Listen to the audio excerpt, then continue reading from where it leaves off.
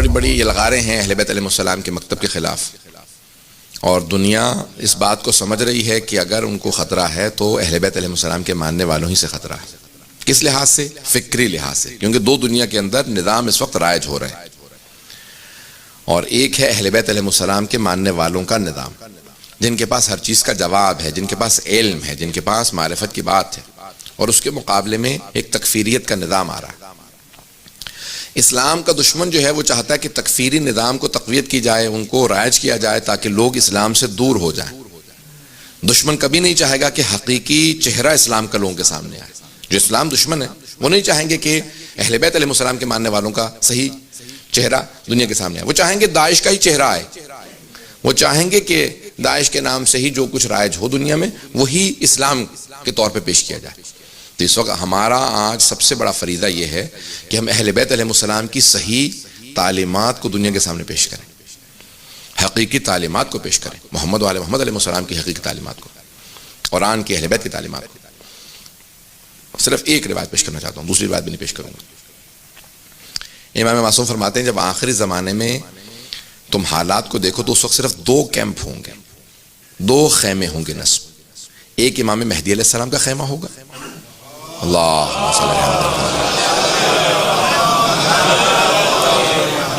علیہ، اور دوسرا ان کے مخالفین کا خیمہ ہوگا۔ بس صرف دو خیمے ہوں گے، اور لوگ انتظار میں ہوں گے کہ امام کا ظہور کب ہوگا ہم ان کا ساتھ دیں، امام کا کب ظہور ہوگا ہم ان کا ساتھ دیں۔ عزیزان گرامی، آج ساری دنیا تشنا ہے، پیاسی ہے تعلیمات اہل بیت علیہ السلام کے لیے، اور لوگ سب کے سب امام زمانہ کے منتظر ہیں۔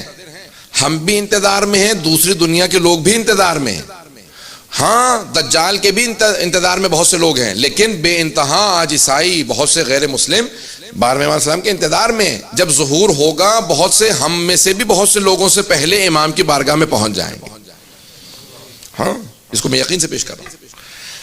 ہمارے بھی بہت سے اہل بیت علیہ السلام کے ماننے والوں سے تیزی سے لوگ پہنچیں گے، کیونکہ وہ انتظار میں ہیں کہ ہمیں کوئی حقانیت کی طرف دعوت دے، ہم اسے قبول کریں اور اس کی پیروی کریں، لیکن ان کو آج تک کوئی نظر نہیں آ رہا، کوئی مل نہیں رہا، اور ہم لوگوں نے پہنچایا نہیں ہے پیغام۔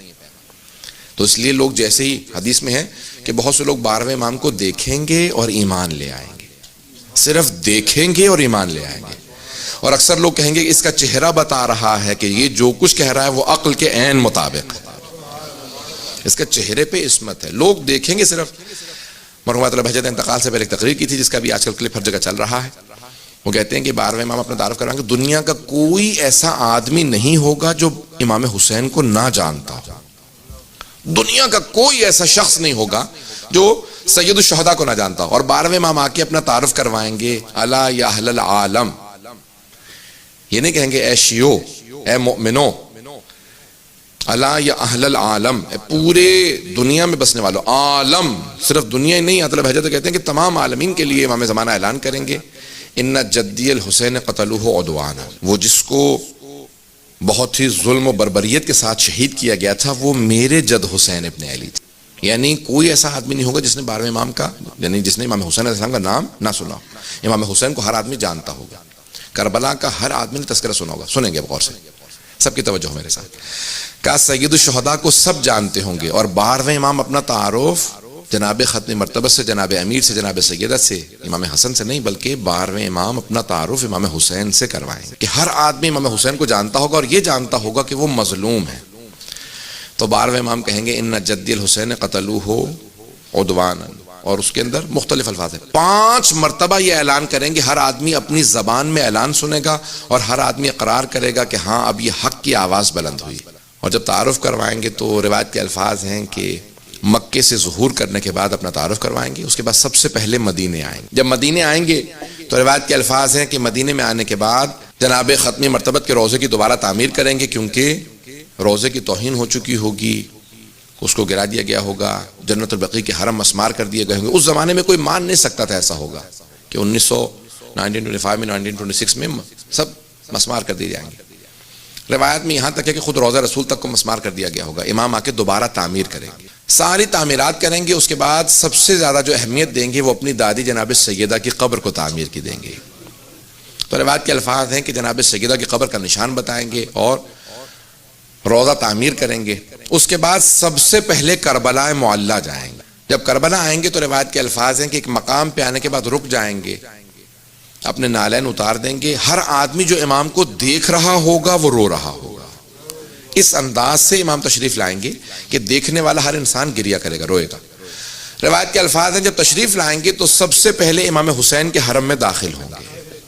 جب حرم میں داخل ہوں گے تو روایت کے الفاظ یہ ہیں کہ آپ سیدھے ذریعہ مقدس کی طرف جائیں گے, اور جب ذریعہ مقدس پہ آئیں گے تو ذریعہ کے دروازے اعجاز سے خود بخود کھلنے لگیں گے.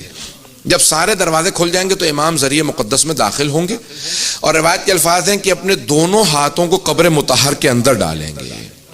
ایک مرتبہ قبر مطہر میں دونوں ہاتھ اندر ڈالیں گے اور قبر مطہر سے ایک ننھا سا لاشا اٹھائیں گے.